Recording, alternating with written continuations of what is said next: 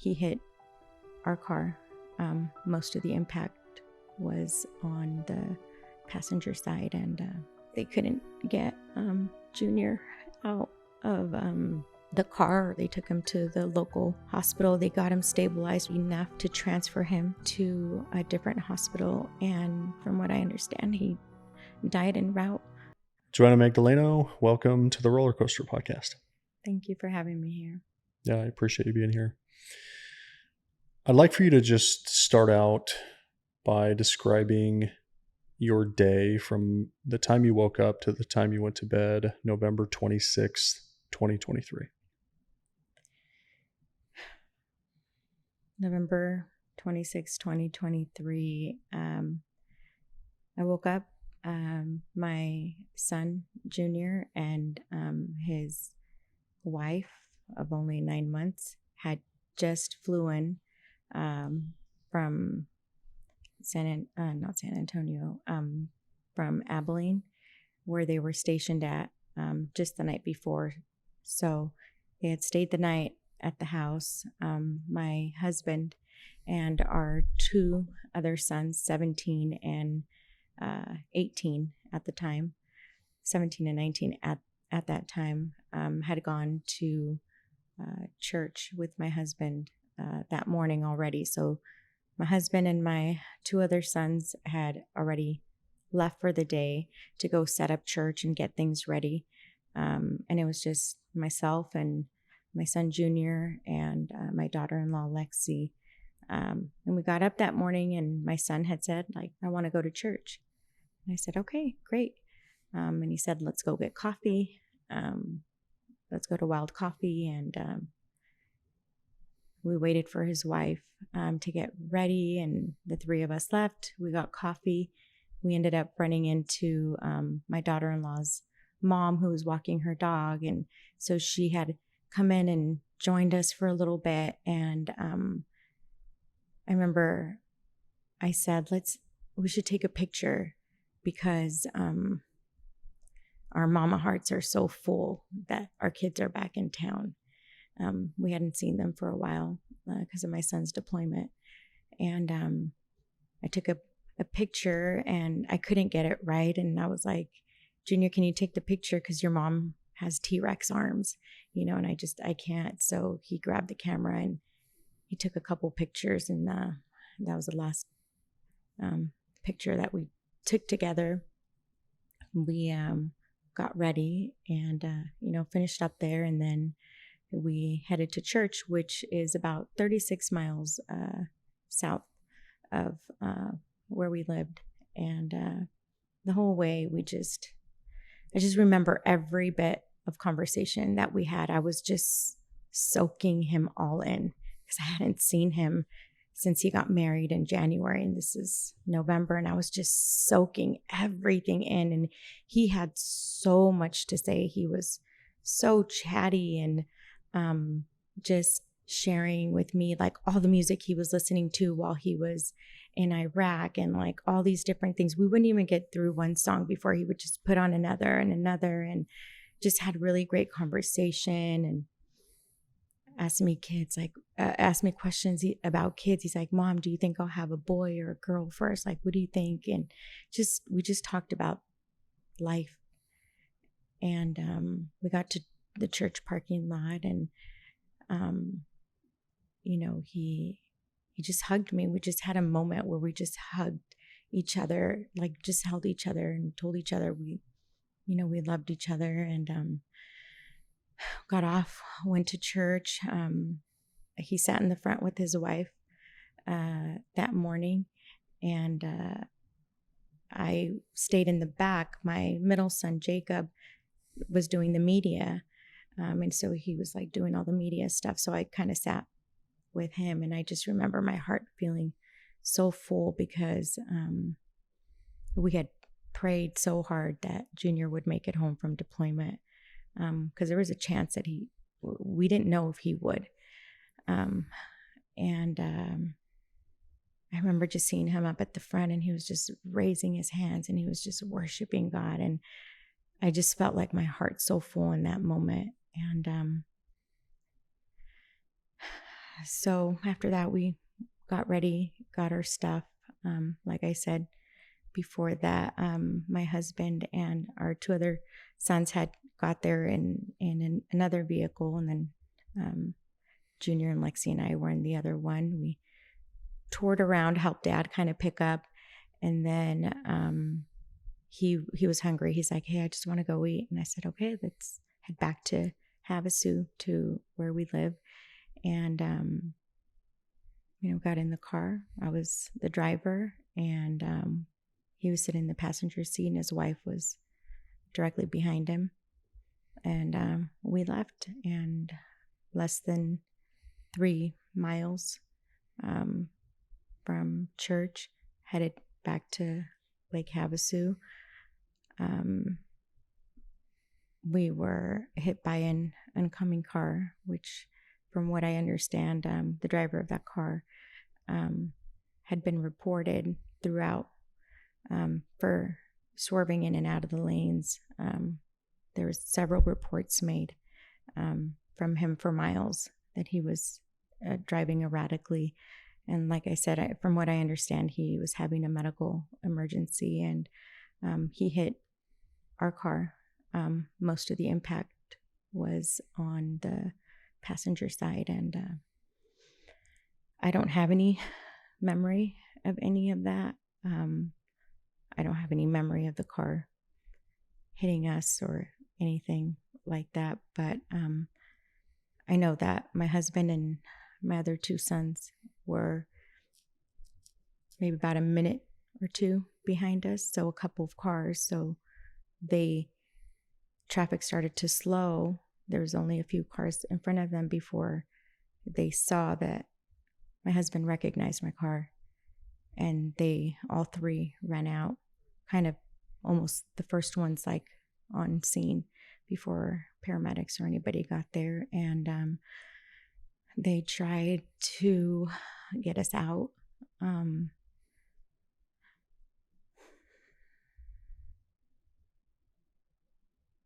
Like I said, I don't have memory of that. I just know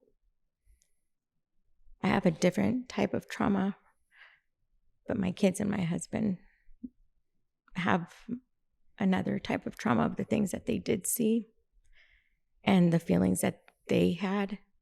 I can't speak for them, but just feeling helpless, like they couldn't help us. They couldn't get Junior out of the car, or Lexi, but we all got transferred to different hospitals.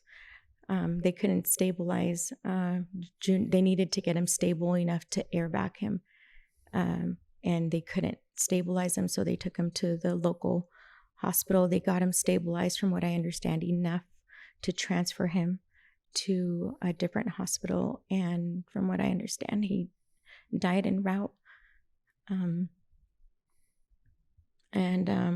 My daughter-in-law went to Abrazo West here, and she's a walking miracle.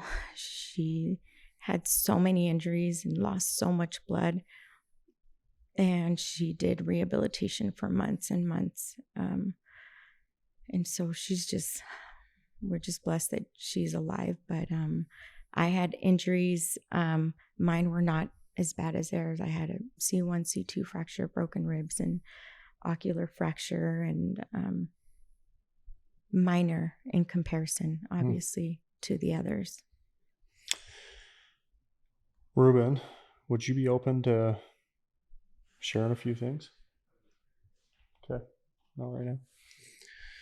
So Ruben is Johanna's husband. He's in the room, and was the one that was responded, there on the scene. And one day when he's ready, we're going to have him come and share his side as well, because I think that'll piece some things together.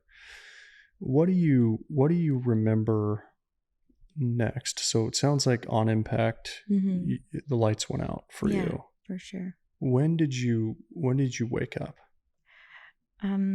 I was in and out at the hospital. I have very few memories from being in the emergency room.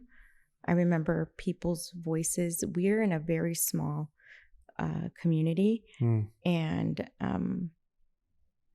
from what I understand, there were so many people at the hospital there. So I remember some of their voices. I had so much trauma to my face. So my eyes were closed shut. So even if I tried to open my eyes, I couldn't. So I could only see like just a tiny bit.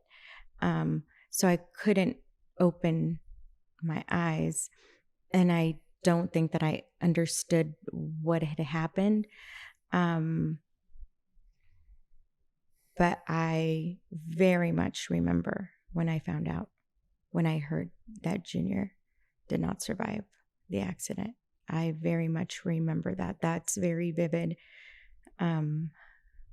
because I remember vaguely that I could hear both my son's voice on one side and then my husband on the other side. And then I remember that my husband took a phone call. And I just remember the tone of the phone call. And then I remember hearing that he walked away because his voice faded out. Not too far, but I just remember his voice fading out. And I remember he said something along the lines of like, "Are you telling me something?" And then I heard him crying. And then my kids weren't there anymore. And then I heard all of them crying.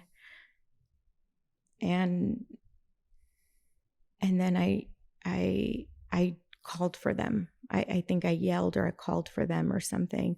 And they came, and I can tell they were kind of like sniffling, and they're like, "Yes, like, what do you need? Are you okay?" Like, they wanted to know what I needed. And then I said, "Who was that?" Well, like kind of inquiring about that conversation. And I can tell that my husband was hesitant. And later he said he wasn't going to tell me at that point. Yeah. And I remember I just I reached for him and I, grabbed him and I said to tell me. And he said, Junior went to go be with the Lord. And I remember wanting to scream, but I don't remember hearing it.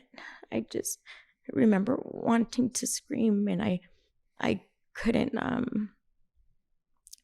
I don't know if I did, but I just remember wanting to yell loud. I never heard it, and I feel like a lot of that, like in therapy, I've been working through that and like letting that scream out that I never got to even hear myself do, because I couldn't believe it. I was, I think, in shock. And then after that, there was just very little memories. I got air back to Vegas. So I was by myself. I was kind of in and out. And then I had a pretty severe concussion and went home with a neck brace. So I couldn't even physically hug anybody. I couldn't comfort anyone. No one can really hug me and comfort me. I just remember it feeling so strange that I couldn't express what it was that I was feeling.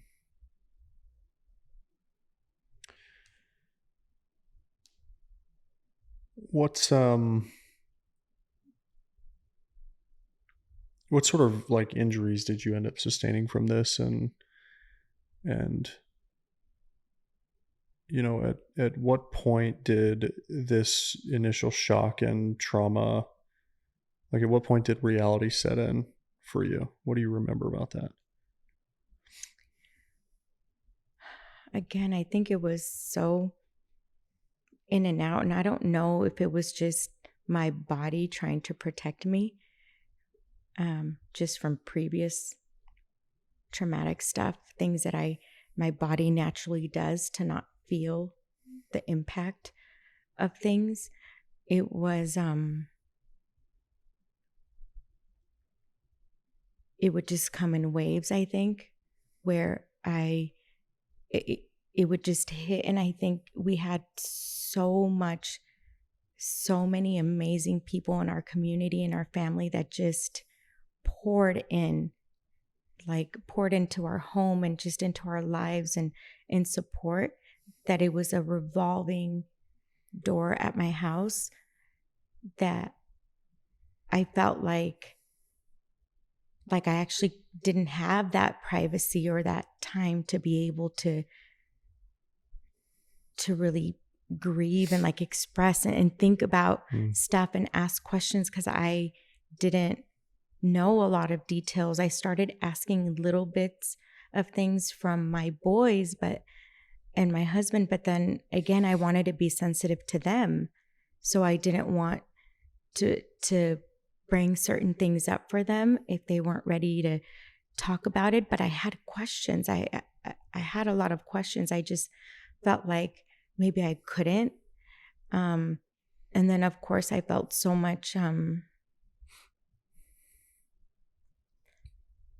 just so much like guilt that this was my fault, that the way that I overcorrected, the way that I tried to protect actually killed my son instead of protecting him. I think the last memory I have was my arm kind of stretching out, that parent arm that you do when you break hard. I think that was like my last memory of me trying to protect, maybe on instinct, because maybe I saw that car coming, but I just had so much shame and so much blame that I was putting on myself. And I'm still working through that, of, what my choice was, at that last second. And so I also didn't want to ask, because I think I was also afraid for someone to say that it was my fault, for someone to confirm that. So I didn't have a clear moment. Like, it wasn't one moment that I can remember that I understood the gravity of it. I think it came in bits and pieces. I think this happened November 26th and December 24th. As tradition, my husband and I always wrap presents the night before, and we put them out late at night. And, we have our Christmas morning tradition. And I remember that's when it really hit me, like a little over a month later. About a month later we were putting gifts for 2 kids, and my mind could not, like, I couldn't wrap my mind around that. Like, it did not make sense that I now have only 2 living kids. Like, that just didn't make sense. And I remember I had a neck brace, and I tried to fall on my knees to cry this out, but my knees were bruised, my ribs were broke. Like, it hurt too much to fall. I couldn't even let myself fall apart. And so I remember I tried another time, and I just ran out the front door screaming. Like, I couldn't handle it. I just couldn't take it anymore. So it came in bits and pieces for me to, one, accept the gravity, the reality of this is the way that it is. And information really had to come from my husband and my boys, but I had to wait for their time to be able to express and to me to feel like it was safe to ask them questions about it. And they started, just kind of sharing a little bit more. And then, of course, later on came the police reports and medical examiner stuff, and, all of those things that just, were hard. How did your other 2 sons do processing this? And, what sort of lasting things are they dealing with now because of what they saw?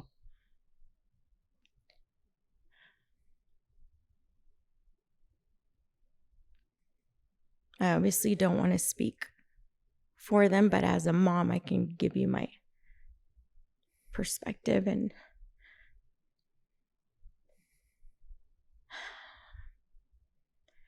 I just see that they're broken, obviously, but they're trying to just find their way and, in a way, their identity in all of this. There's a lot of stuff there, but I don't want to share their piece. I did ask them if I could share some things, and they were okay with it. But I can say that one of my boys didn't sleep in his room for months and months. There's just night terrors and just things that people don't imagine are happening in the house, and the way that they might dissociate a little bit. And thankfully they're not coping in a unhealthy way. I'm grateful for that. We've really come together, the four of us, and we process a lot together. We're able to talk openly and freely, whether it's we're angry or we're sad or we're, making jokes and things like that. But they're really affected by it. But again, I want to be sensitive to them and not overshare, Yeah, I mean, I think losing a child is maybe every parent's greatest fear. And I think losing a sibling, at least for me, I have 3 brothers, is up there, like just the idea of one of them passing away is a really hard idea to understand. So I can only imagine, how that's been for them to grieve that. For sure. I know they get, their pain is overshadowed by their parents' pain, because people will see them in town and, obviously be like, hey, how's your mom and dad doing? They're being kind and thoughtful and all the things, but they also lost a sibling. And I think that one of the things that's hard, not that they're attention seekers by any means, but I think their feelings and what they're going through gets overshadowed with our stuff, right? Yeah.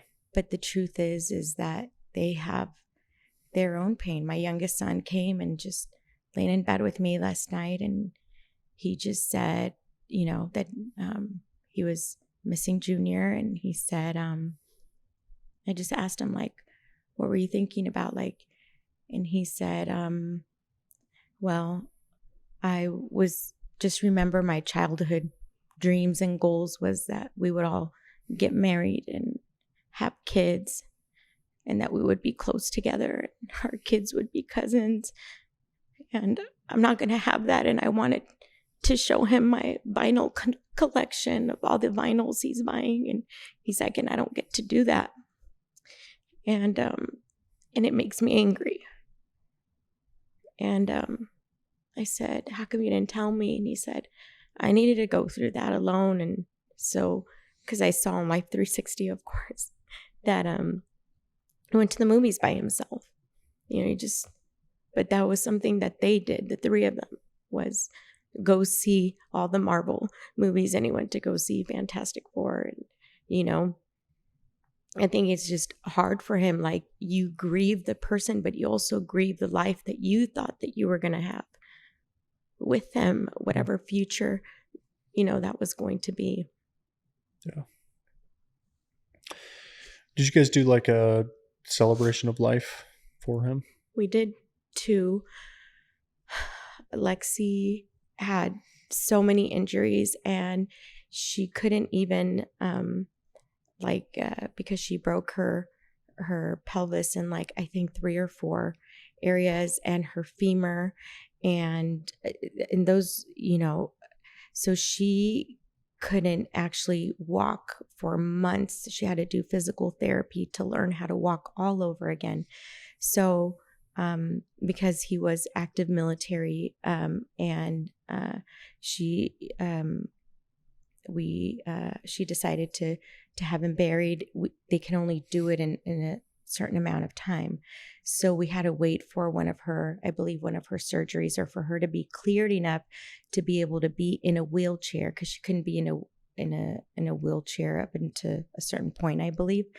So we did that middle of January, which I think sadly was a day before or after what would have been their 1-year marriage anniversary.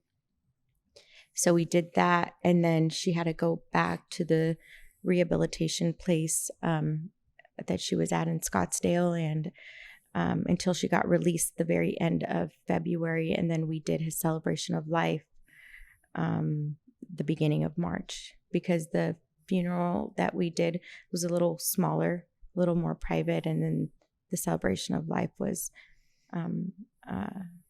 in our church and community. And we had like I said, we have a very kind and loving community that just poured themselves out to us at that time. So we were able to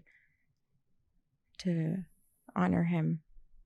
How do you think Junior would want to be remembered, and what do you personally miss the most about him not being here anymore?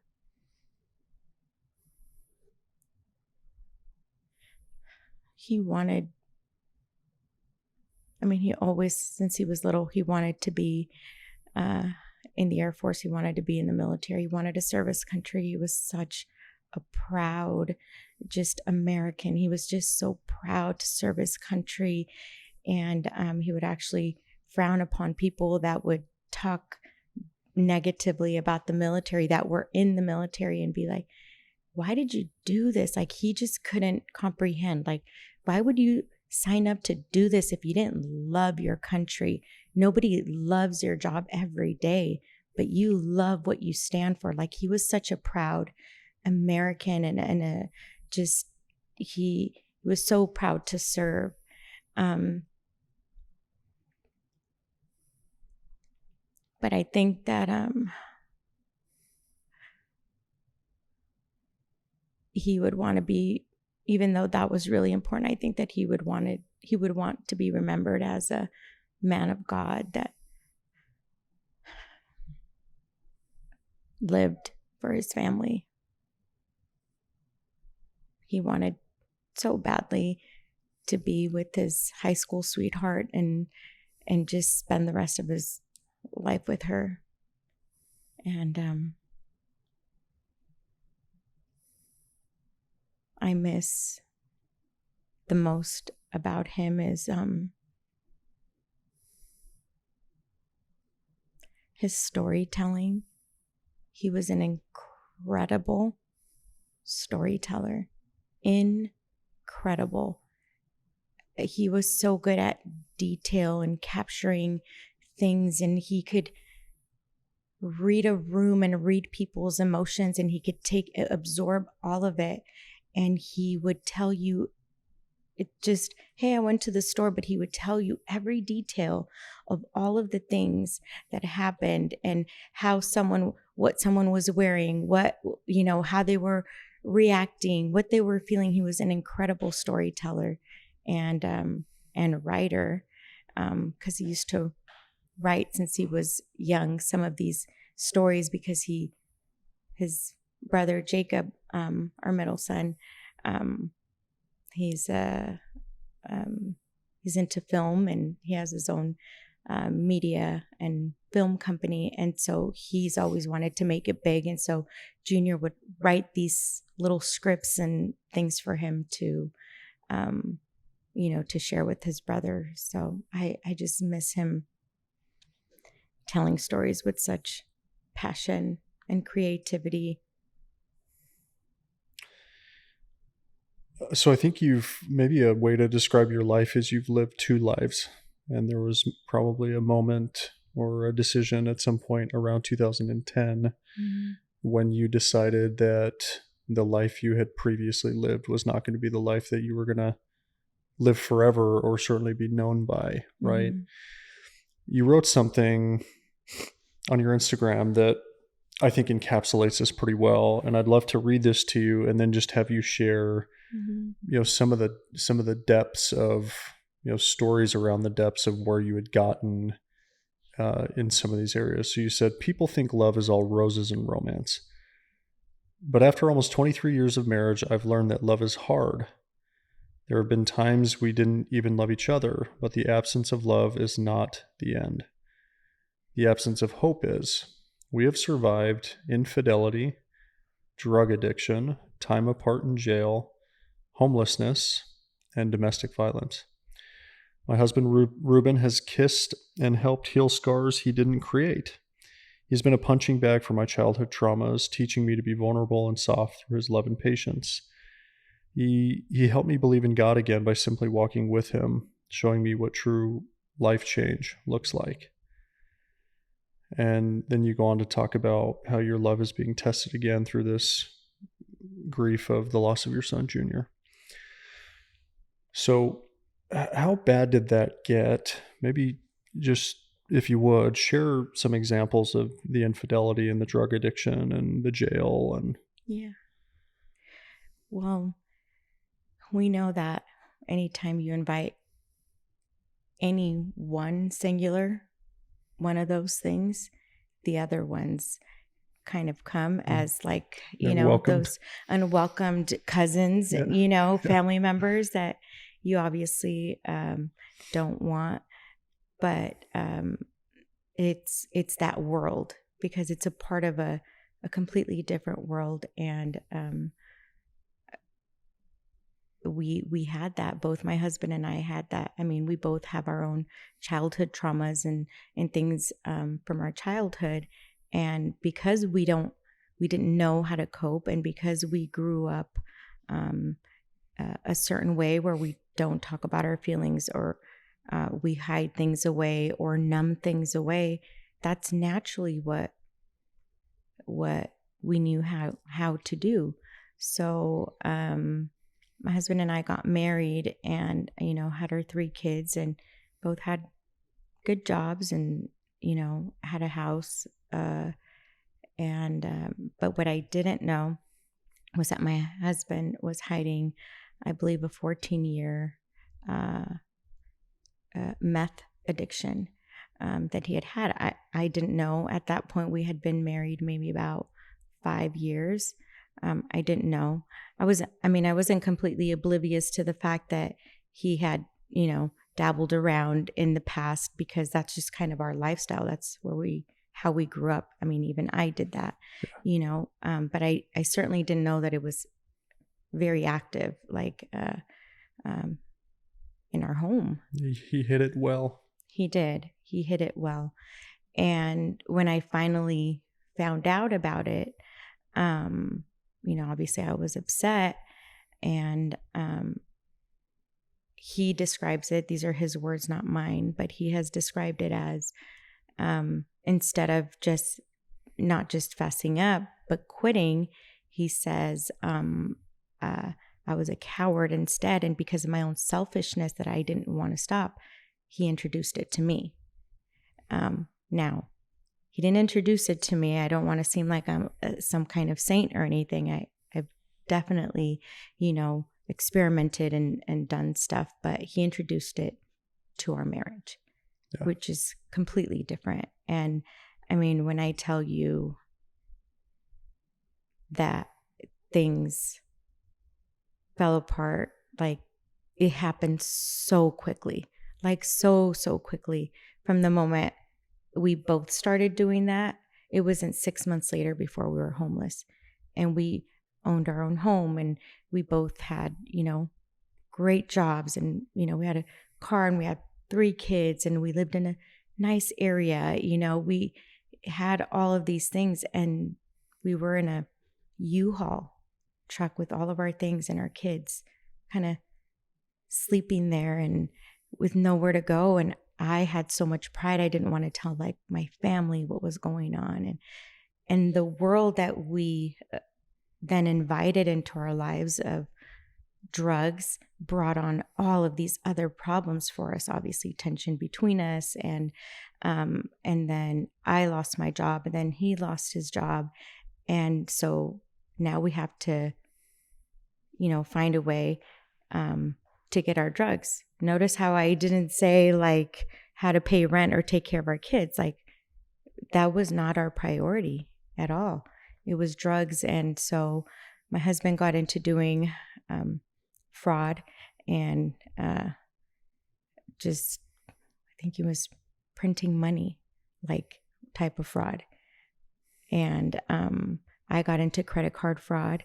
I started, just doing whatever I needed to do to make money to survive. And around that time was when the infidelity happened. First him, I found out about it and I went crazy. And then I feel like I turned really cold after that. I mean, drugs make you cold, but I wasn't cold towards him. It was when I found out that he had cheated that I went really cold. And I just hated him, like truly hated him. I there was no hope at that time that I would ever get back with him. And he was remorseful, and he said, I want you back. I want my family back. Like he wanted all of these things, but to me, it was too late. And then I started to cheat, and it just went from like one thing to another. He went to jail.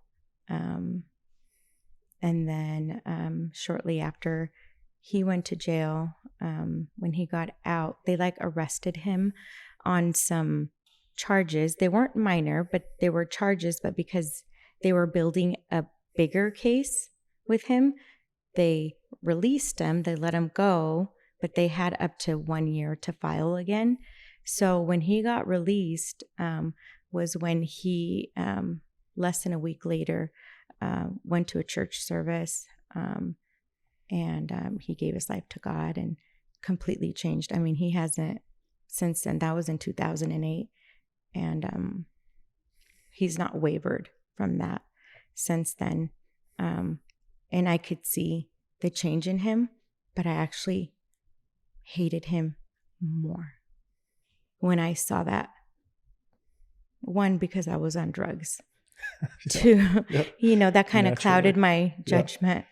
But two, because there was a part of me that wanted what he had because he looks so peaceful and free.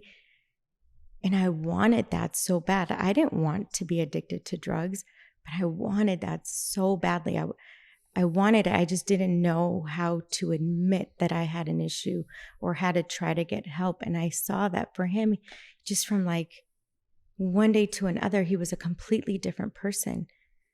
And so I hated him even more because I thought, my thinking then was, you're the one that got me into this. You're the one, this is your fault, and you're all fine and dandy, and I'm over here looking at, just a mess. And so I just hated him even more for that. But about almost a year after that, the warrants went out for my husband's arrest. They filed on him because they had up to a year. They filed on him, and he actually got arrested, went to prison. Being sober, walking with God, being a Christian, so I'm sure that must have been really, I know it was really challenging for him. But now the kids no longer had one sober parent. Now they just had one addict parent. So my addiction got worse because I didn't have anyone before. I could go run amok for a couple of days, and and he had the kids, and I knew that they were safe because they were with him. He was sober, he was responsible, and but now it was just me. And so I just started doing more crimes, doing more stuff. I was going to different counties just to make sure I wasn't, leaving a big trail of things that I was doing. And I even went to Arizona. That's where I came here. My in-laws lived here, came over here. And then it came to the point where people reported, someone reported that, obviously I was being a bad parent. So DCS was looking for me, but I was just moving around so much that, Department of Child Safety was, looking to investigate me. And I finally said, okay, I can't take care of the kids like this. I don't want to put them in danger. So I came to Arizona. I signed temporary custody over to my mother-in-law and my father-in-law. And so grateful for them at that time because my husband was in prison, and I got them enrolled into school in Lake Havasu, but now they had 2 absent parents, and eventually I got arrested a couple of times, just little things, and I just absconded from all my court. Like, I just didn't show up to court. Like, I just didn't care. And my mentality was like, I'm the gingerbread man. Like, catch me if you can. Like, I'll go to jail when I go to jail, And he got out. And when he got out, he said, I'm going to move to Arizona. I'm going to go move over there, where my mom is at, and just start over. And I really want you to come. And I really want you, like, I really want to have our family back. And I would have my moments of vulnerability where I would tell him, okay, yes. And then I'd get high, and then I'd be like, you're crazy. I'm not going to Arizona. It's hot as hell over there. I'm not going. I'll never go over there. It's so nasty. And I would say all of these horrible things and about Arizona. I was like, I'll never go over there. But then, I know that my husband really wanted to have his family back. So I would come to Arizona and spend time, and but I would have the itch here, and so I did fraudulent things while I was in Arizona, and I had some stolen things delivered to the house that we had in Arizona. And one of the times I left to go pick up drugs in California because I didn't think that Arizona had drugs for some reason. I don't know. So I would drive all the way to California to go get drugs. So one of those times that I left, they delivered those stolen things. And because my husband, who had just paroled and was clean and sober and not doing anything wrong, he signed for it, accepting stolen goods. So the cops came in and held him at gunpoint in front of the kids. And he ended up, because he had priors, he ended up going to prison. Again, being innocent. He didn't do any of these things. He'll tell you, I was guilty of knowing, what you were into and allowing that. And that was his compromise of like, I just want you to be here with me and be safe. So I'll kind of turn the blind eye to these other things. So he went to prison in California. In that week that he got arrested, I ended up getting arrested in California. And I had warrants in Orange County, Riverside County, and now Mojave County in Arizona. So I knew I was going to go away for a while. Yeah, you were in there deep. So obviously like that, I think that helps really. It's funny, for those listening, not watching, sitting here in front of you, it's like unbelievable to be like, there's no way you did all that. You know, like you're just such a kind, soft, gentle hearted, you know, person. And to think that you had this other life 15 years ago is pretty mind blowing. So, you know, you're a therapist now. One of the things we talked about before we started the episode was like this, you know, I think you phrased it how faith and therapy collided, you know, and I do think there's a bit of a complex in, I'm a Christian and very, deep personal relationship with God, and think a lot about that and spend a lot of time on that. And, you know, I think sometimes in the church, we look at things like therapy and we almost look at them with a negative connotation or whatever, because we're like, well, God can just solve all of our problems. Like if we just turn to him, everything will be okay. Right. Part of hearing your story feels like that's true. But then part of it is, I know you're a huge advocate for therapy also. So, you know, how do you fit those two things together, and where do you find that they are useful together? Well, it's been trial and error for both. Like you said, it's so evident that God has been a big part of my life when it comes to redemption and restoration. It's evident. And even if I wanted to, I couldn't deny it. You know, faith is such an important part of our life, our healing, all of those things. But also therapy is really important. And I don't, maybe I say that now because that's the field that I'm in, but it's so important. You know, it could be both, and it doesn't just have to be one or the other, because when the accident with my son happened, both of those things were tested at the exact same time. They were, and there was so much shame for me in that. There was so much shame in that, because one, my husband's a pastor, I'm a therapist, so we're professionals in like these fields, right?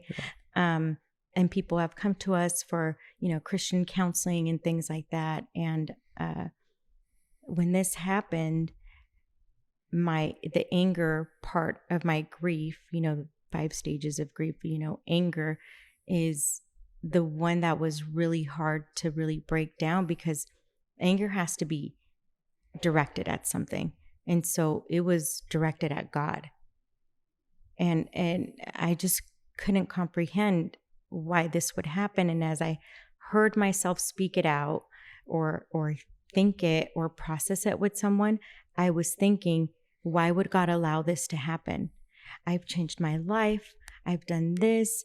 I've done that. Like, I've tithed. I've, you know, I have served, I've loved others. I've not gone back to doing drugs. I've not gone back to doing any type of crimes. I'm faithful to my husband, like all of these things. Like, I love others. I love God. I put him first. We've tried to lead our kids in the, you know, the best that we could, in the ways of the Lord. So why is this happening? But as I heard myself say that, I was like, oh my gosh, that's works. Like all the things, like I did this, I did that. It was all those things. And I was just not just mind blown, but my whole theology, that, mind you, this is not a theology that I've ever believed in. I just didn't know I had it in me, that this is how I saw my faith or God. It blew up. It just completely blew up. I'm like, this is not what I've been taught. This is not what I know. So why have I believed this? Why did I make this up? Why am I thinking that works? Like all these things I did. And that is completely opposite of what the Word of God tells us. You know, it has nothing to do with works at all. There's nothing that I could do to deserve my salvation, to deserve anything. It's not that. So that kind of blew up for me. And then it was also the therapy part. I thought I could never go back to do therapy? How can I help anyone? Look at how messed up I am. Look at how broken I am. All the people that I've done grief therapy with, including children that lost their parents during COVID, or grandparents, like that. How could I? And now I was thinking, I didn't know what I was talking about. They were trying to tell me something and I didn't understand it. I was sitting there as a professional and I had no idea. And now I know. And I felt ashamed that I was trying to speak into a situation that I didn't truly understand. Yeah. And now both things had kind of fallen apart for me, or at least my idea. Those two things don't fall apart alone. Just my idea of like what I thought that they meant or how I was living them out. And there's room for both, and they're both so important. It's so important to have both of those things. I need God every minute, every second, more than ever, but I also need therapy or coaching. Or therapy doesn't always have to be paid therapy. It could be someone, it could be a coach, it could be this, it's psychotherapy is talking about this, it's important. I have a grief group that I attend every week that I'm so grateful for. And I have a therapist, Michelle Vaughn, here in Surprise, Arizona, that I'm going to start to do EMDR with, because PTSD is very real right now in my life. So, and I need God. I'm in my word every day. And, I go to church sometimes and I serve sometimes. Like, all of those things are so important. And I think that we believe, kind of like you said, oh, God should fix everything, all of these things. Yes. But faith is an action word. We have to take a step. We have to have some sort of action behind this thing that we call faith, and not just going to sit here and believe that this is just, it can. I'm not saying that it can't. I'm just saying that we also need to have initiative and do something about it. Well said. Well, Johanna, thank you for coming on the show and being vulnerable and opening up and sharing with the audience. You've been through a lot of things, and I think it's really clear why, you do what you do now in therapy, because I think you've learned a lot and you've lived through a lot of hard life lessons. And I think you've got quite a range of perspective now that gives you the right and the ability to empathize and hold space for people that are going through it. So thank you for being on the show. Thank you again for having me. Yeah, you're welcome. That's a wrap.